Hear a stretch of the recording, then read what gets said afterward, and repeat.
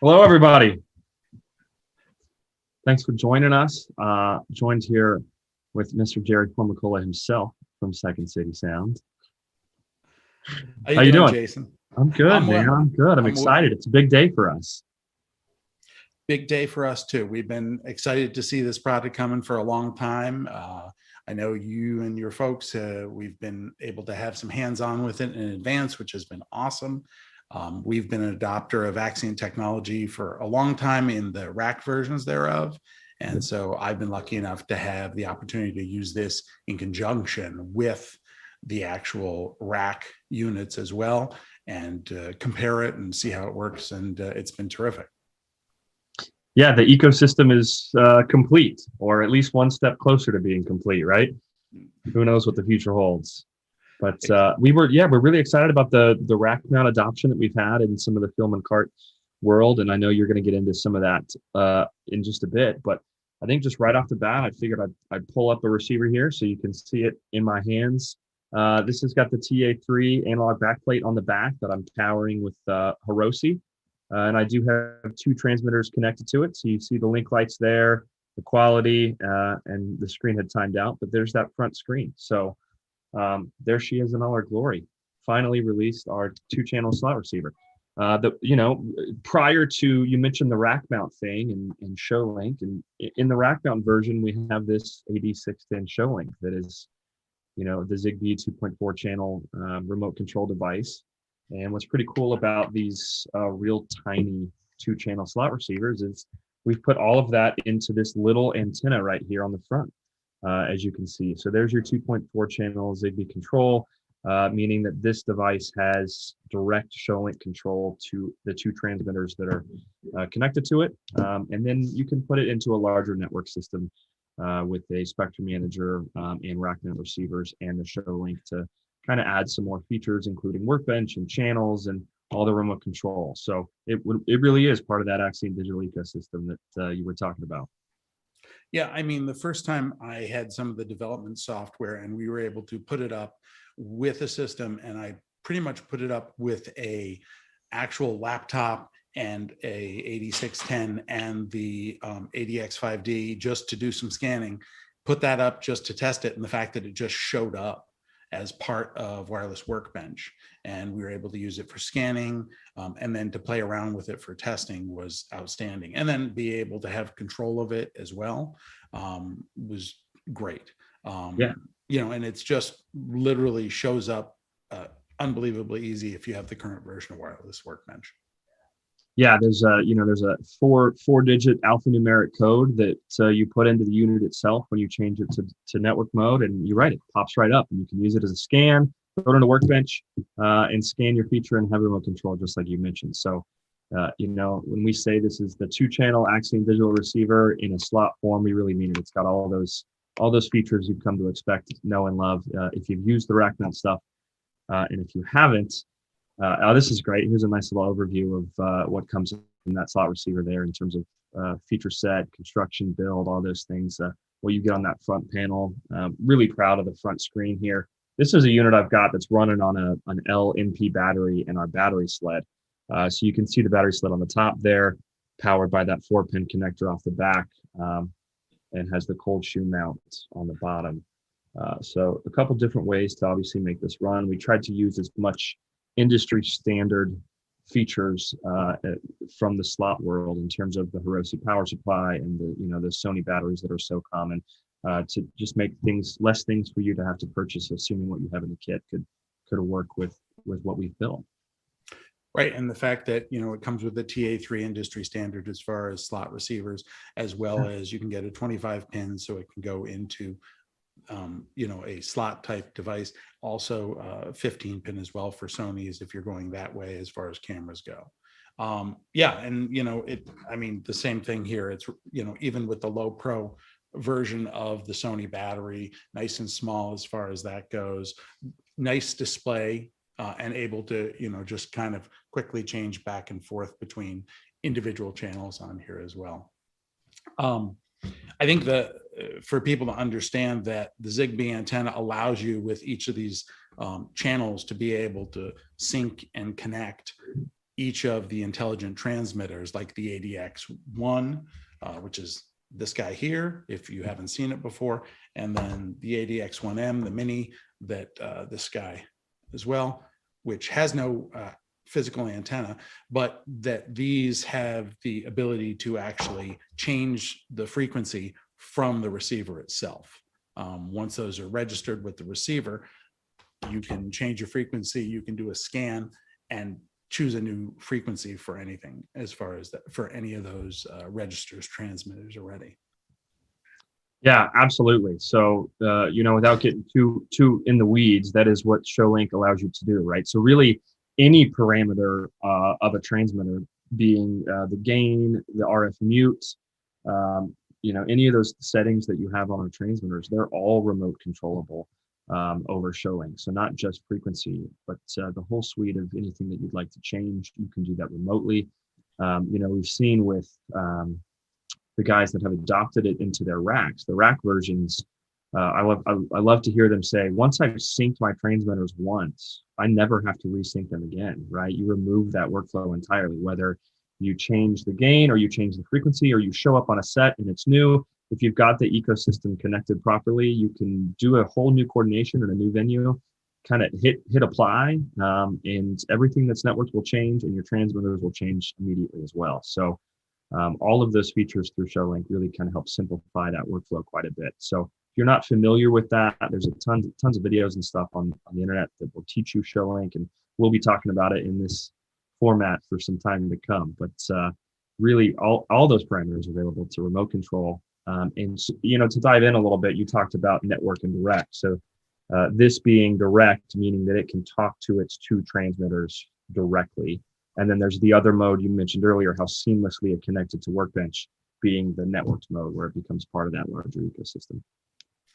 And one of the other things is, Jason, because I think a lot of people who are in location may not be familiar with the transmitters, because the transmitters have been out for years as far as that goes. The AD1, which doesn't have the connectivity that the ADX1M and the ADX1 do, but these other two have been out for at least 2 to 3 years. Am I accurate as far as that goes? I know we've owned some Axiom Digital for a while, and those were the initial transmitters that we purchased with them. Yeah, absolutely. So, Axiom Digital has been around for a number of years, finding loads of success in the live audio world, broadcast. It's kind of a staple for touring. And now we're starting to see the success in location film and TV, right?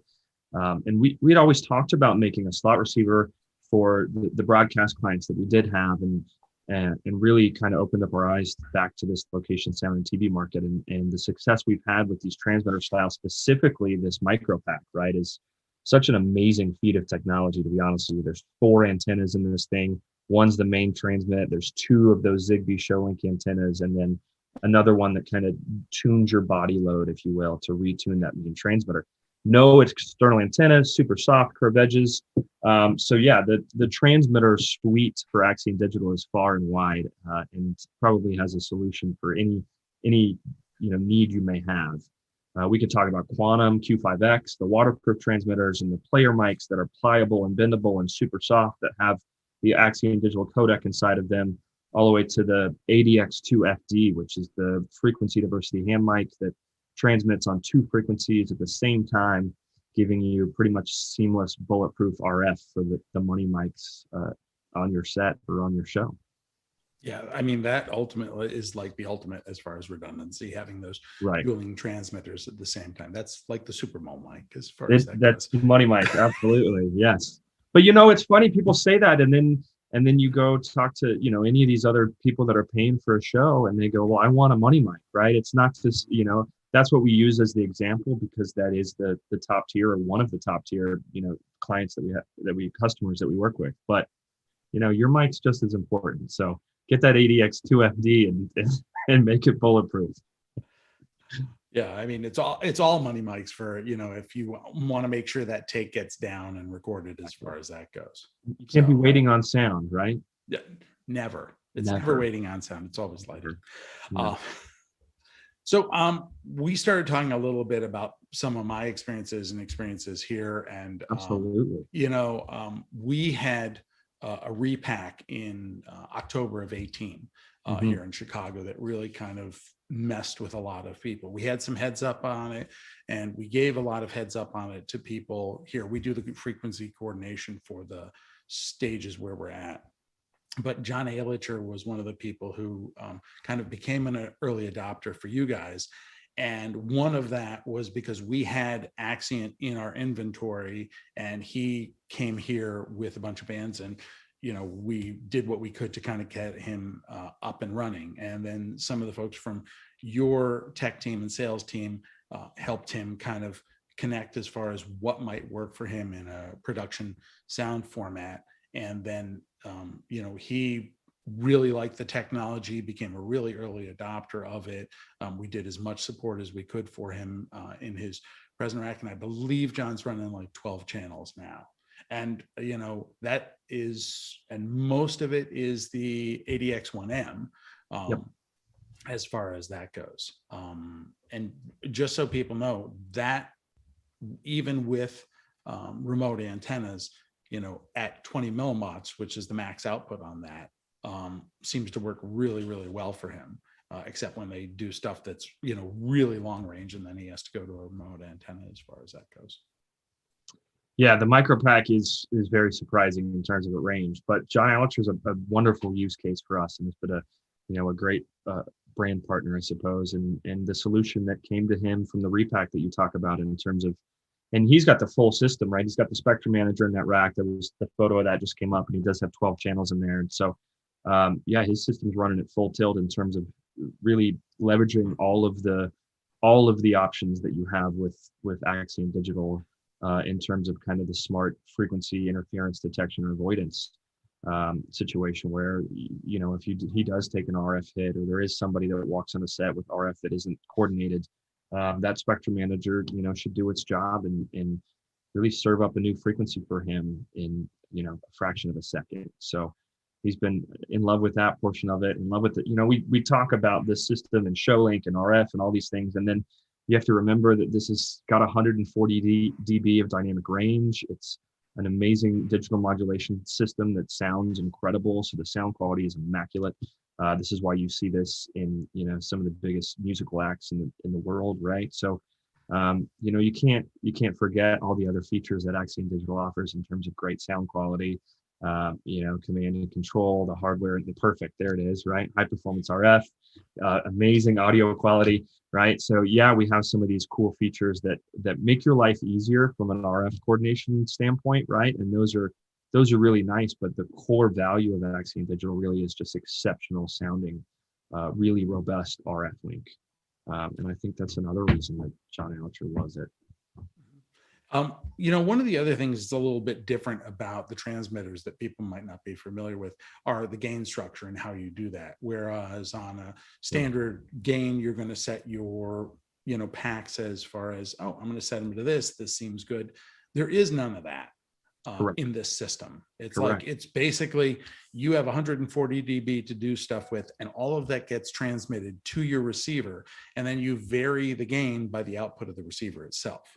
Exactly. You got it. Yeah, you are going to clip whatever mic element you have attached to these transmitters long before you clip the modulation scheme. So it's going to send you that 140 dB, and it's almost doing some auto gaining to where the quiet stuff is going to be right where you need to hear it, and the loud stuff won't clip and overcompensate. Of course, unless you clip the element, which is a whole lot of sound, right?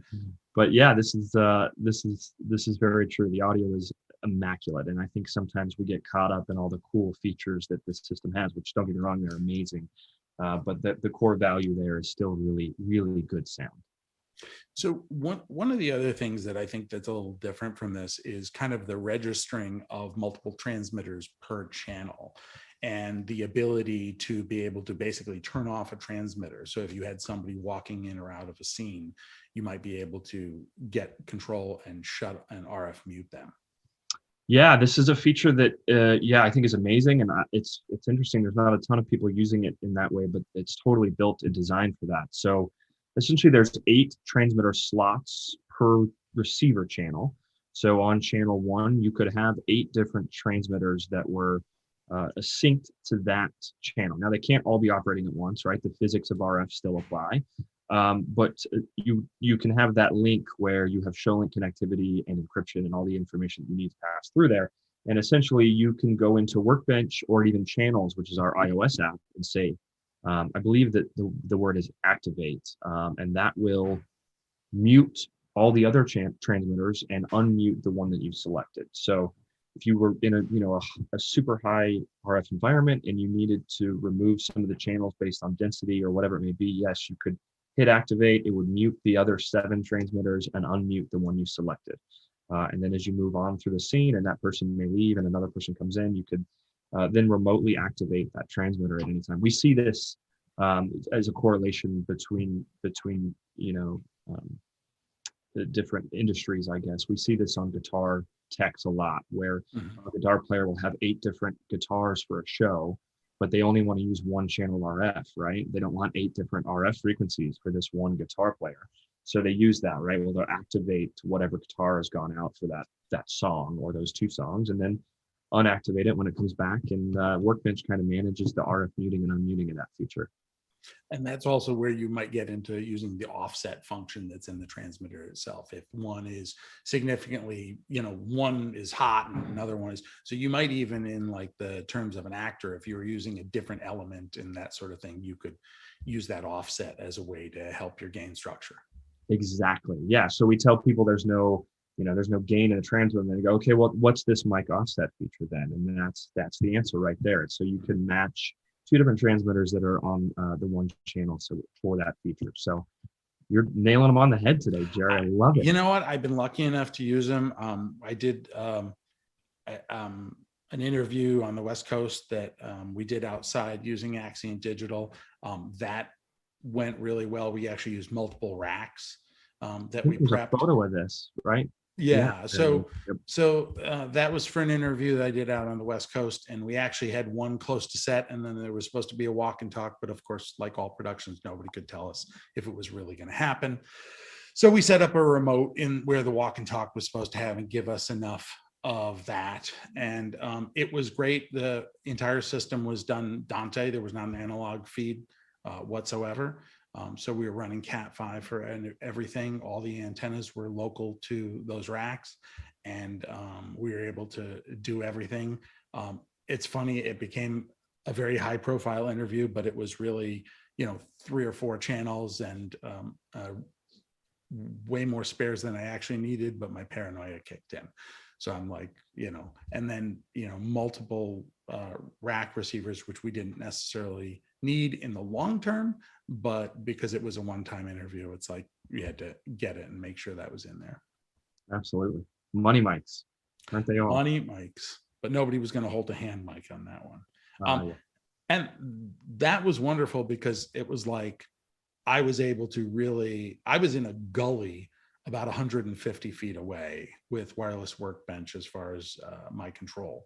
Yeah. And I was able to do all my scanning and do that and just have complete control, and had to change freaks once at the outset.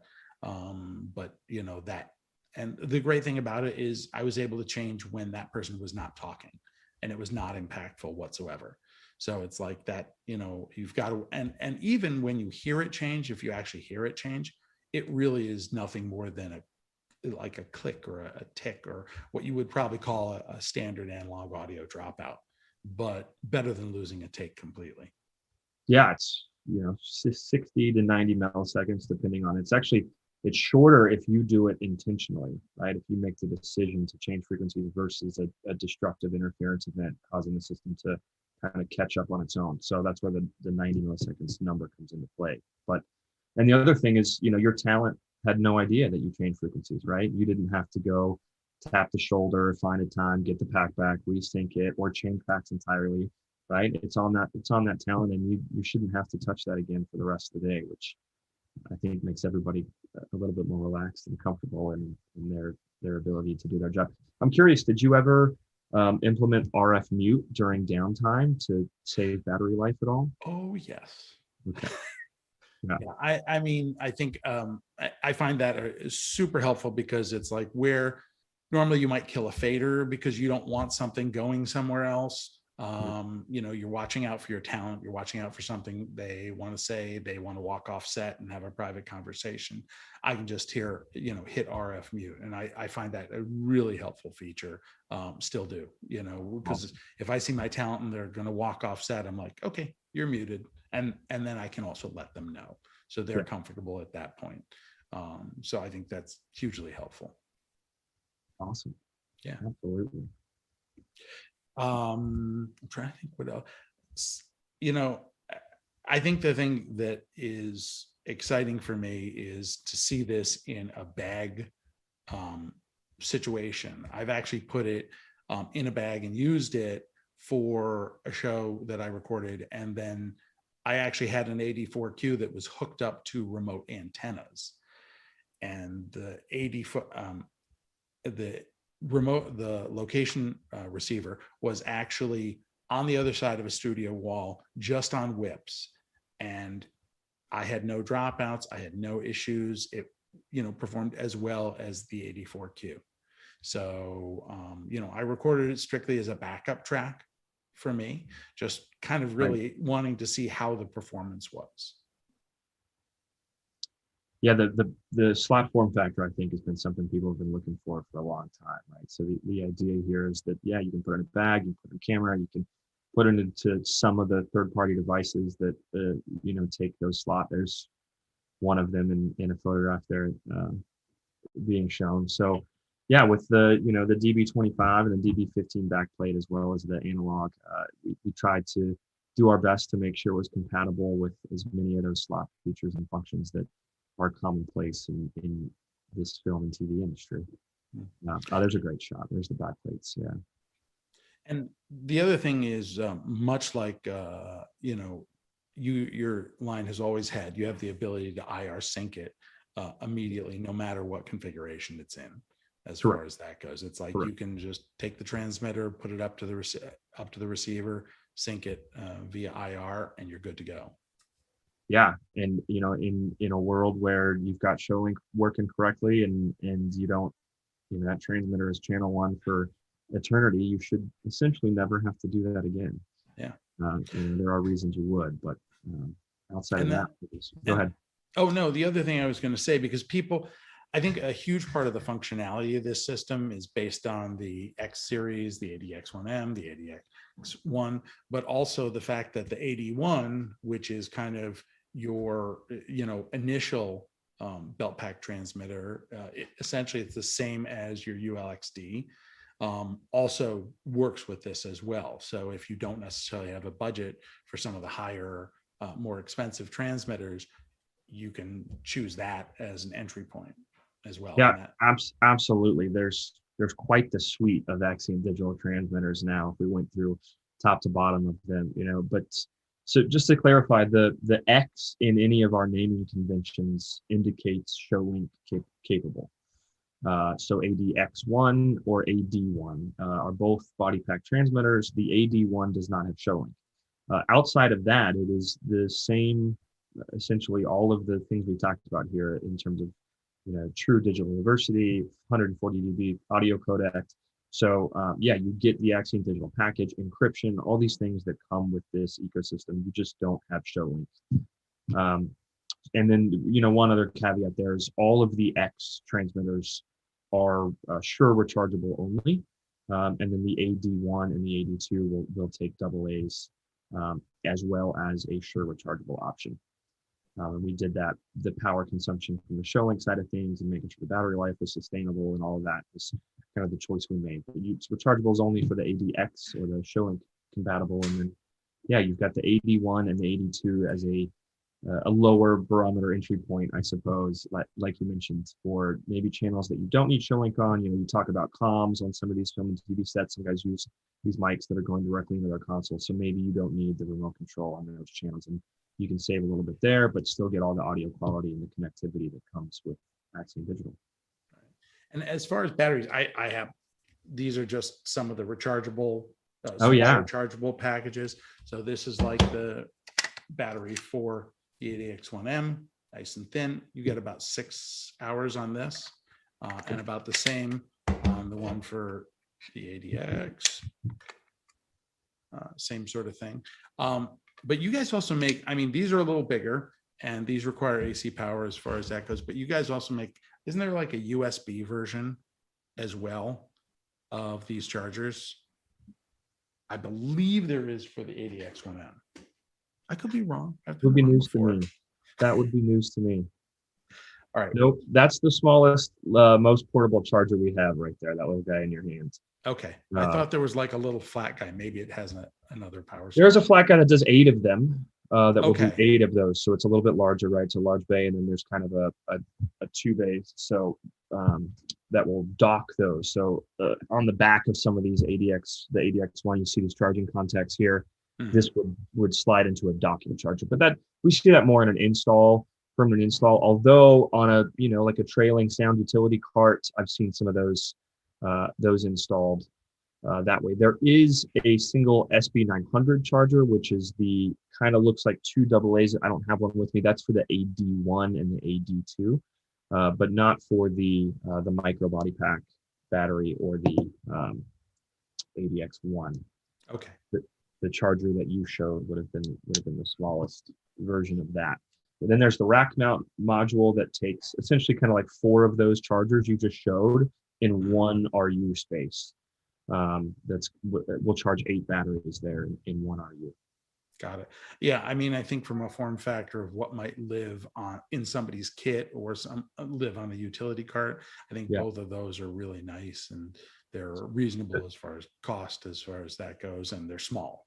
Yeah, we could do an hour on just the batteries alone, right? There's some pretty cool features going on in there. We make our own. They've got our own chipset in there. You know, you'll notice immediately here on the front of this, you can sort of see if my camera will focus. The battery runtime on these is in minutes, hours and minutes versus an arbitrary 3 bars, right? What does that mean? I have no idea. Well, I've got 5 hours and 36 minutes left on this one right here. And where that really starts to become relevant is at the end of that, right? So 1 bar or 37 minutes, right? Which gives you more information, and how long till your takes are done and how long till your day is over, and can I make it? Now, people go, well, I'll never take that chance. And I go, never's a you know, a word you should never say. So, you know, when it does come time and you do find yourself in a situation, that the information about how many minutes you have left versus the 1 bar is pretty valuable. And then, you know, it tracks all kinds of stuff, cycles, heat, total milliamps, all of these things that do exist inside the battery. So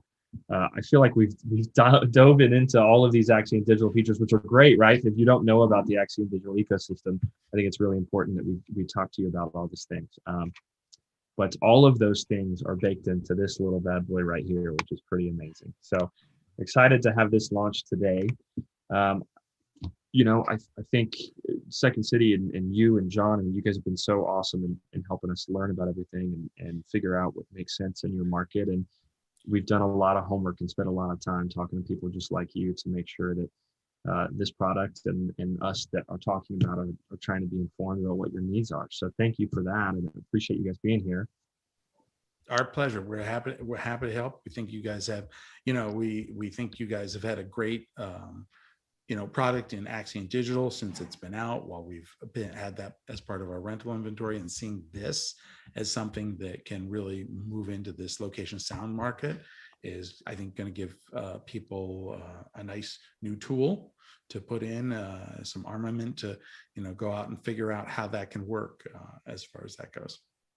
Absolutely. Yeah. So.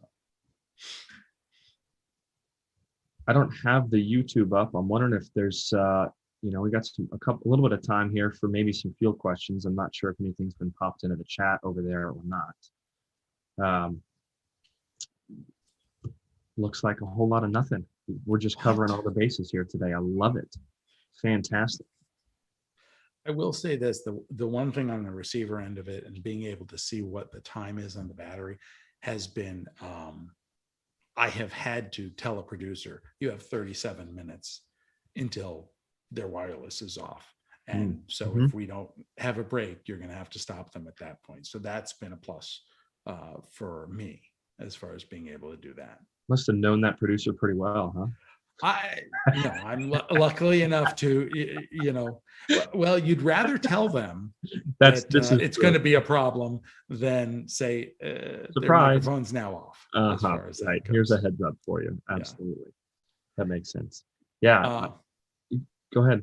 oh no, the only other thing, I'm just leaning over to get it and see if I have it here. In your bag of tricks back there? Yeah, it's, yeah, the sure bag Been of tricks. prepared.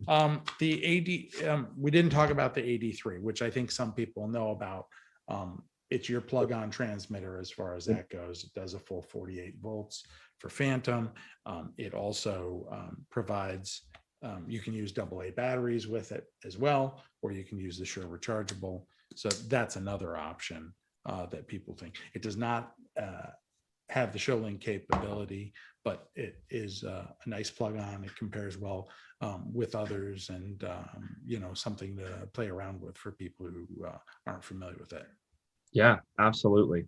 That was just a little over a year now, I think, when we launched the 83 plug-on transmitter, and it does everything you'd expect that we talked about here from the ecosystem, and has 48 volt phantom power, pretty good runtime. Obviously the sound quality that we've talked about here today.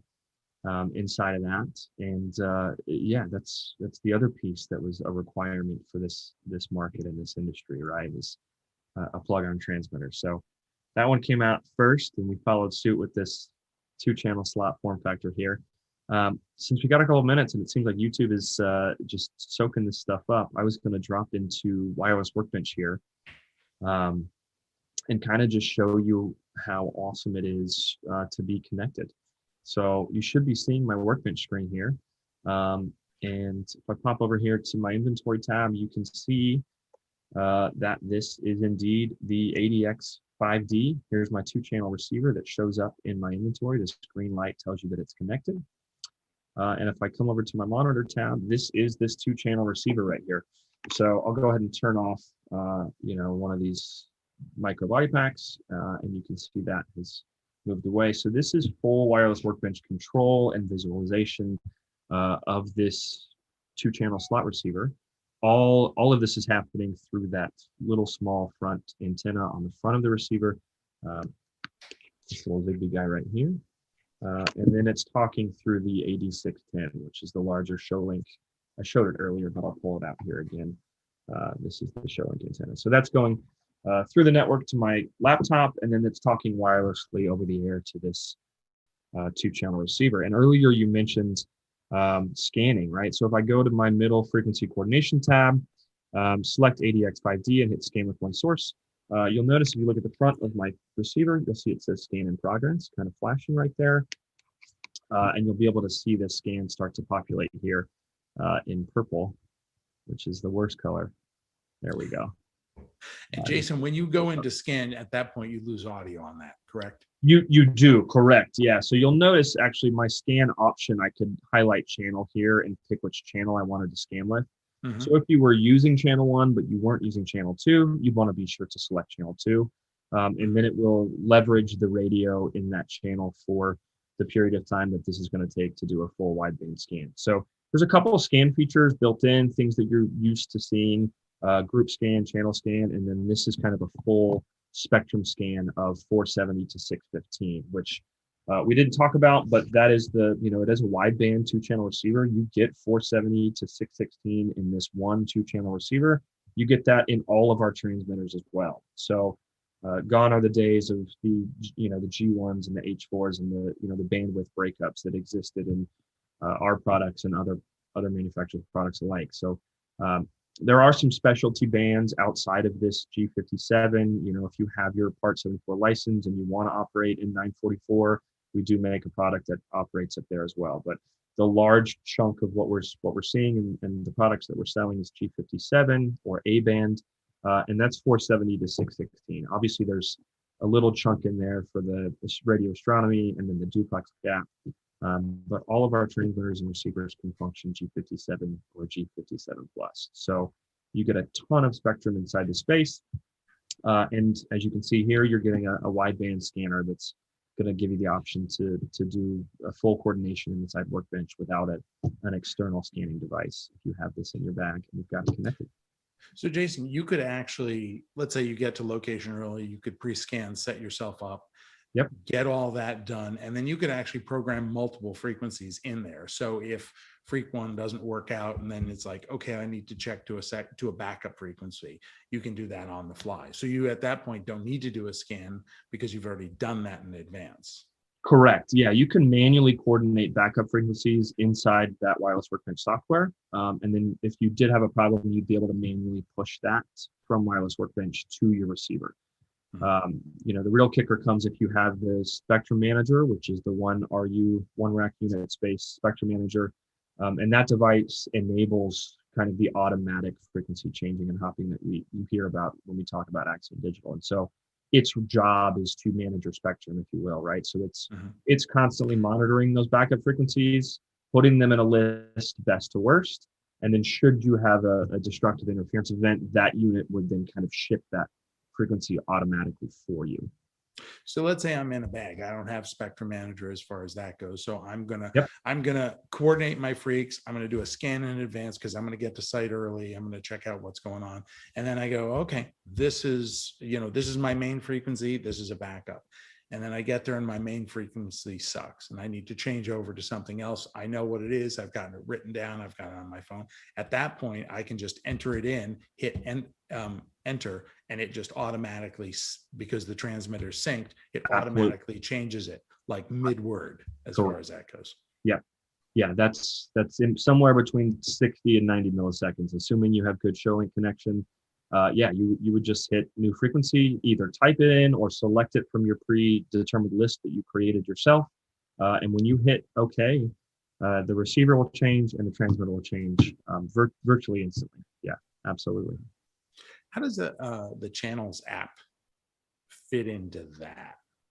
It's a great question. Yeah, absolutely. So Channels is a iOS and recently Android enabled application that'll work on iPad, iPhone, or an Android device.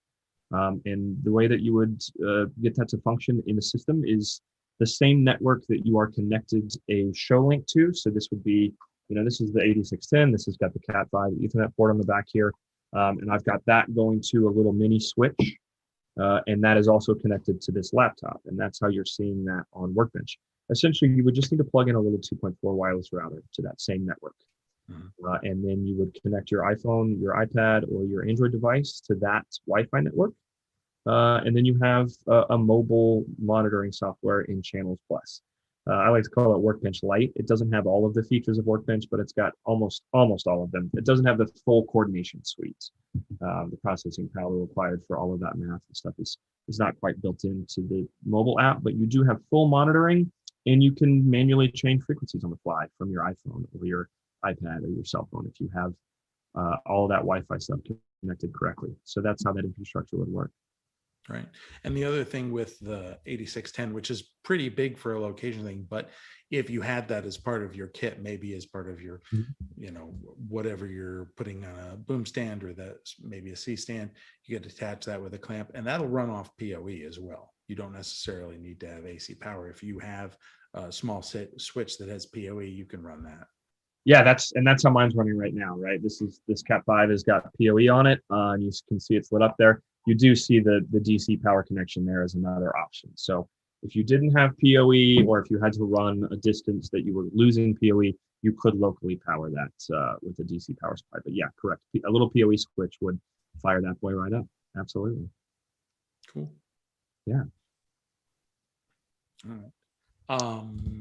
I'm trying to think of other questions I have or things that we've had experiences with as far as that goes. There's one question in here that says, what would be the main difference between the built-in ADX5D Shurenext and the 8610? For form factor should impact in some way. And really, we're seeing very similar range between these two devices from a Shurenext standpoint. Obviously, you can see the difference in antennas, right? So the ADX5D has a single 2.4 antenna here on the front. You can remote it, right? We have seen some people go ahead and break this out SMA wise. I haven't seen a hyper need to in a standard bag setup where you're somewhat within line of sight. And then the 610, you see the size of those antennas, and then you also notice there's actually two on the 610. So you do get some diversity out of the remote Shurenext. But really, that for these two channels in this instance and this antenna, you should be seeing similar RF range with ShowLink, assuming that the noise floor is cooperative and you're in an environment that's conducive to that. Absolutely. Yeah, I mean, I know some people have talked about concerns regarding high Wi-Fi environments, and I think that's valid as far as, wanting to be as close as possible. I know you guys also make, I can't remember the model number, if it's an AXT 610, 644, something like that. 644. 644, which is a little flat Yep. 2.4 gig antenna that is modest as far as price goes. And you can remove that Zigbee antenna on the front of the receiver and use that to remote that as well. Correct. Yeah. So you could, the principles of antenna theory and design and all that stuff crosses over pretty evenly, right? So if you want to break out your Zigbee antenna to something more directional, you can do that, and we give you the option to do that with the way that that's connected on the front. Obviously, and also the physics of RF, right? If your noise floor is too high across the board in your UHF spectrum, you're going to have difficulty finding a frequency, right? This is, you can't change physics, and the same thing applies for ShowLink, right? This is not a magic potion, but it is if the physics are managed and you're coordinated well, and you've got a bunch of 2.4 going on that is well managed, it works flawlessly, right? We see an 8610 ShowLink in the middle of the Super Bowl you talked about earlier, right? And that is a insane RF environment, right? But it's done in a way that functions and covers almost an entire stadium with one access point. So the range is there, and physics still exists from an RF point, though. Absolutely. And then I don't know if you can show yours, since yours is synced up with your two transmitters, but you actually there's a ShowLink graphic on the front of the receiver to show your connectivity, is there not? On the front of the receiver itself? Yeah. When you get to the talent channel. Absolutely. Actually, right on the front, down here, kind of see the two arrows, and then there's what looks like a 5-bar cell signal. This is universal to Axiom digital devices, and that is that's the ShowLink signal at this, meaning that 5 bars as high as it can be. It's sitting 2 feet away. There's actually a little chain link. It looks like 2 chain links that are connected right there next to each channel. That's telling you, hey, I've got a link, meaning that I've synced up and I'm linked to a transmitter that is ShowLink capable. And then any ShowLink transmitter also has in its utilities, and I'll see how this looks if I were to show this on my screen. Looking at mine. But there's a ShowLink test. Oh yeah, it's coming up okay. So if I were to take this body pack and go for a walk away from my rack, I could open this ShowLink test menu, and this would give you a real-time analysis of what your ShowLink looks like as you walked it around. And even more so, it says press enter to mark there on the bottom. If I press that enter button, it will drop a marker into Wireless Workbench. So I could go back and say, hey, I walked to the tree, and then the building, and then the car, and put those in if I wanted to, or whatever whatever it may be. And when I got back, if I'm a one-man band, I could pull up that file and go, okay, here's the markers, here's what my RF looks like, here's what my ShowLink looks like. How do I manage this? How's it operating? So a lot of diagnostic tools built into the system as well for you to really understand how your system's operating. Nice. Yeah. I think we're out of time, Jerry. I think we got the cut, didn't we? Absolutely. Yeah, we covered a lot of stuff today. We really did. We dove in a little bit deeper than I thought we would, but here's your ADX 5D. 2,500 map, by the way. We didn't talk about pricing, so really, really palatable price point here. If you're familiar with what the competition is there, so check it out. Call Jerry. He'll get you a demo or happy to walk people through it or answer their questions, whatever we can do to help. Absolutely. Thank you so much. I appreciate it. Pleasure. You guys have a great one. See you.